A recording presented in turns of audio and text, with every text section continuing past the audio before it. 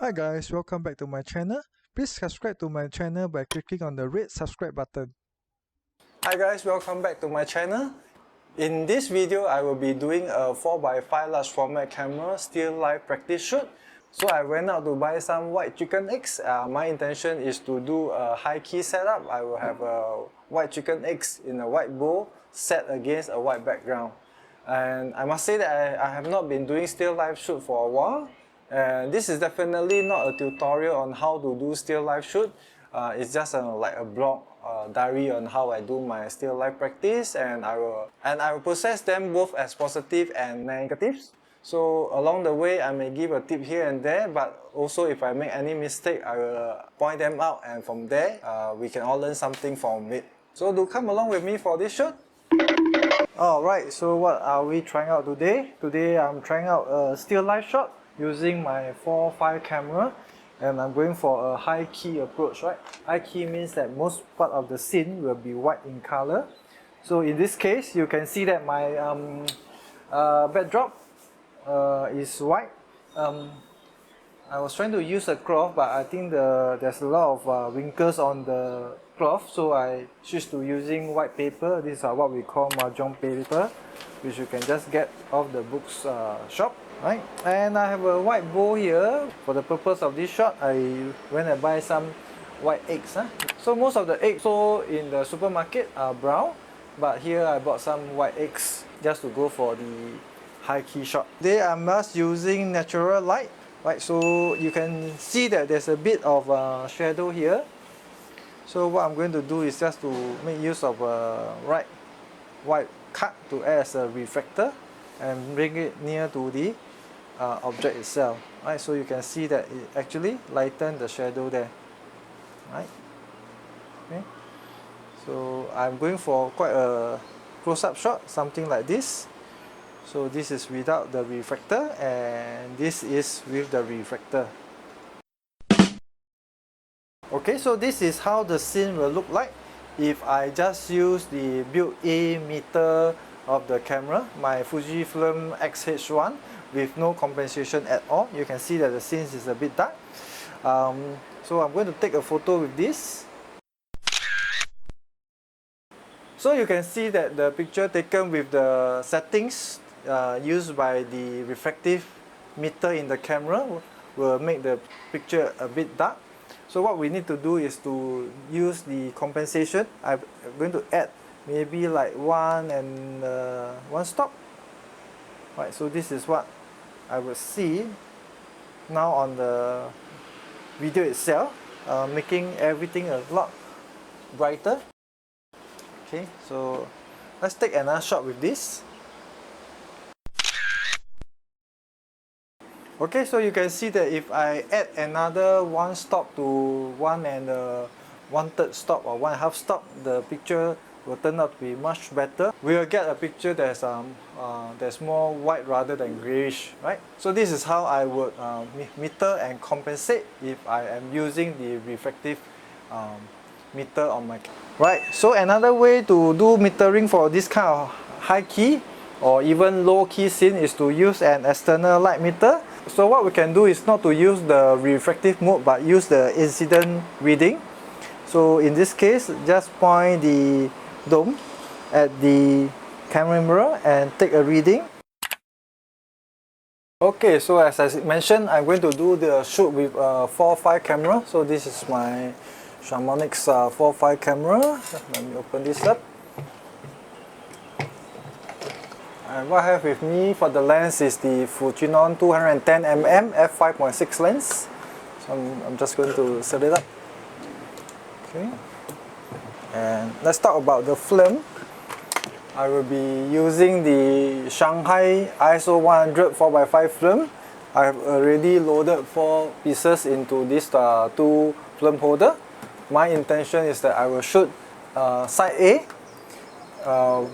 at ISO 50, which I will process as a positive or black and white slides, and the other side I will shoot ISO 100 and process it as a negative. Okay, so the setup is done. So you can see my white refractor cut.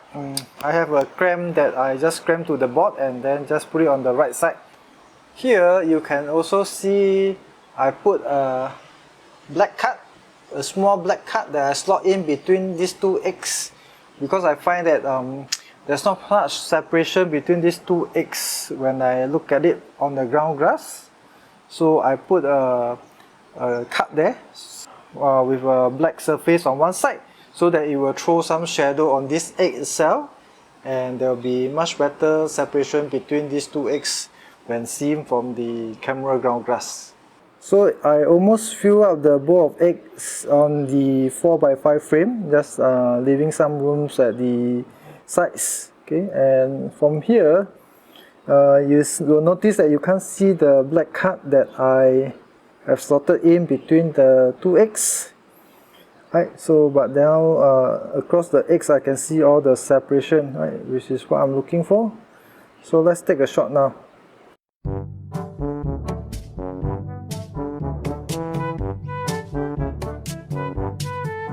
I don't really want to touch the shutter speed because my shutter at the lower speed is not so accurate.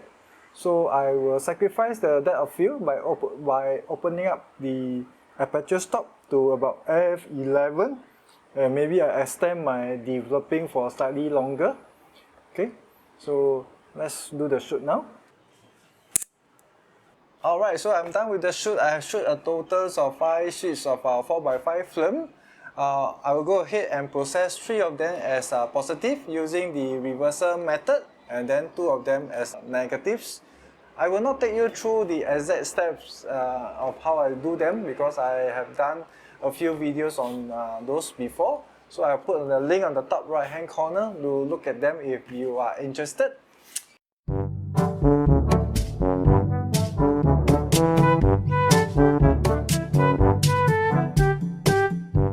Here are the results. I took 2 test shots. You may see some marks here and there. Right. I believe this is my processor tank leaving a marks. I should have faced the emulsion the other way, because somehow the top cover have a fin that is blocking the development on the emulsion side. I should have faced the emulsion side, which is this side down below, but I think what I did was to face it this way, and the fin got in the way.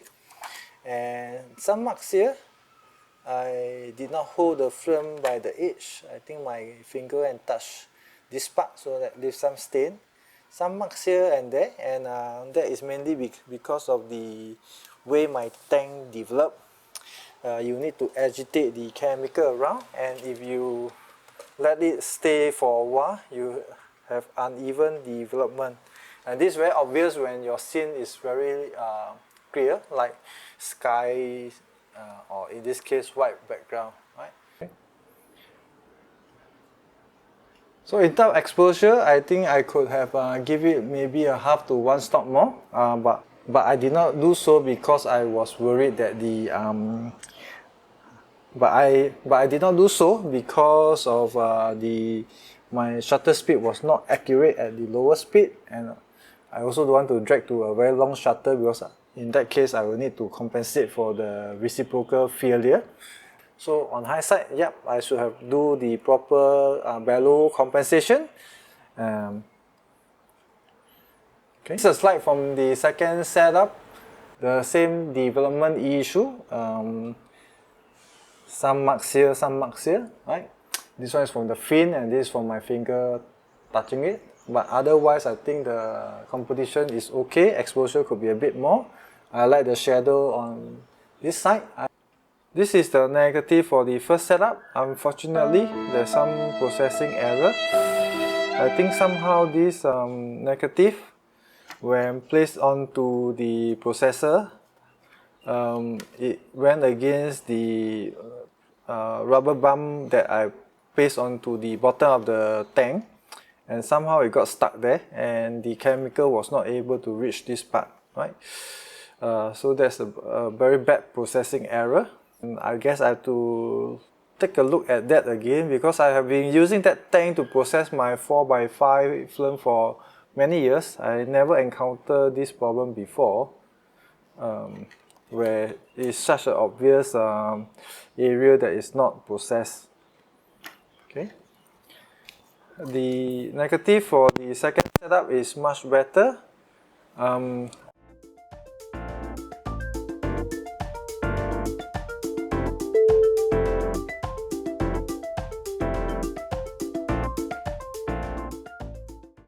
Hi guys, thank you for watching to the end of this video. As you can see, there are some issues that I have encountered.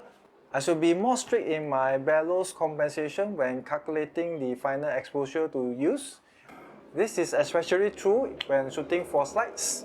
Right, the other thing I would be my processing. Somehow I have been using this Peterson or Peter tank for quite a long while. I usually don't encounter such issue when processing 4x5 films. I do encounter similar issue when processing a single piece of 8x10, where the film tends to float up and get in contact with the fins that's under the top cover, right? But nevertheless, this allowed me to know that such issue exists, and I will investigate them so that I will not encounter the same problem again, right? So hope you enjoyed this video. If you have any tips, suggestions, do leave it in the comment section below and I'll get back to you. Thank you. Alright, take care and I'll see you in my next video. Bye! Hi guys, we have come to the end of this video. Please like it, share it, and finally do subscribe to my channel, and I'll see you in my next video. Take care. Bye!